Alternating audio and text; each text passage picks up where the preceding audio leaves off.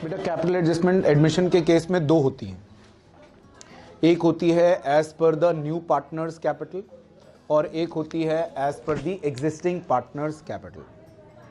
ठीक है, ये मैंने अभी पहला केस लिया है जिसमें न्यू पार्टनर के कैपिटल के बेसिस पर सबकी पार्टनर्स की कैपिटल एडजस्ट होनी है। ठीक है, इसमें बेसिकली नया पार्टनर क्या कह रहा है, नया पार्टनर कह रहा है मेरे से आप इतना शेयर के लिए इतनी कैपिटल मंगा रहे हो तो आप अपनी भी अपने अपने शेयर के हिसाब से कैपिटल लगाओ। आई रिपीट, नया पार्टनर कह रहा है कि आप मुझे इतना शेयर दे रहे हो, इतनी कैपिटल मंगा रहे हो, तो अपनी भी कैपिटल अपने अपने प्रॉफिट शेयरिंग रेशो के हिसाब से बनाओ ना, और कम है तो लेकर आओ घर से। तो यहां पर हम वही कर रहे हैं, हम पहले क्या कर रहे हैं, find total capital of the firm taking new partners capital as base.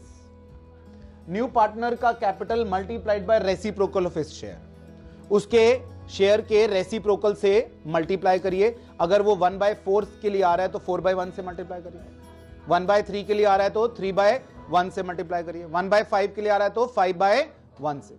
तो जितने भी शेयर के लिए आ रहा है उसके रेसिप्रोकल से मल्टीप्लाई करिए। अब टोटल कैपिटल आ गई, टोटल कैपिटल को न्यू पीएसआर में, नए पार्टनर के आने के बाद एक न्यू पीएसआर बनेगी बेटा, उस न्यू पीएसआर में बांट दीजिए। न्यू पीएसआर में बांटने के बाद उस न्यू पीएसआर को आप कैपिटल अकाउंट्स बना चुके होंगे बेटा रीवैल्यूएशन के बाद, उस कैपिटल अकाउंट में ऑलरेडी टू बैलेंस सीडी लिख दीजिए, नए वाली कैपिटल्स जो आई हैं, क्योंकि अब ये तय है कि यही कैपिटल्स होने वाली हैं, क्योंकि क्वेश्चन कह चुका है, जो क्वेश्चन ने कहा वो फाइनल है। क्वेश्चन ने कहा नए पार्टनर के हिसाब से सबकी कैपिटल होगी, तो हमने कहा ठीक है, तो नए पार्टनर के हिसाब से जो कैपिटल्स आई हमने क्या लिख दी, टू बैलेंस सीडी करके ऑलरेडी लिख दिया। अब जो डिफरेंस आएगा उसको कैश या करंट अकाउंट, वो क्वेश्चन बोलेगा कैश अकाउंट से या करंट अकाउंट से। कैश अकाउंट से भरोगे तो उनकी क्रॉस पोस्टिंग होगी कैश अकाउंट में, कैश अकाउंट बनाना पड़ेगा और उसमें जाकर क्रॉस पोस्टिंग होगी। और करंट अकाउंट होगा तो आपको समझा रहा हूं, करंट अकाउंट जहां कहीं आएगा वहां से सीधा बैलेंस शीट में उतरेगा। यानी कि अगर करंट अकाउंट कैपिटल अकाउंट के क्रेडिट में है तो वहां से एसेट में, और करंट अकाउंट कैपिटल अकाउंट के डेबिट में आ रहा है तो वहां से लायबिलिटी में। करंट अकाउंट की सीधी पोस्टिंग और कैश अकाउंट की क्रॉस पोस्टिंग। ये किसके बेसिस पे एडजस्टमेंट है, on the basis of capital of new partner. इसका एक एग्जांपल मैंने लिखा यहां पर, ए और बी दो पार्टनर्स हैं, उनकी कैपिटल है 80,000 और 70,000 एग्जिस्टिंग। नया पार्टनर आ रहा है 1/4 के लिए और कितनी कैपिटल आ रहा है, 50,000 रुपए।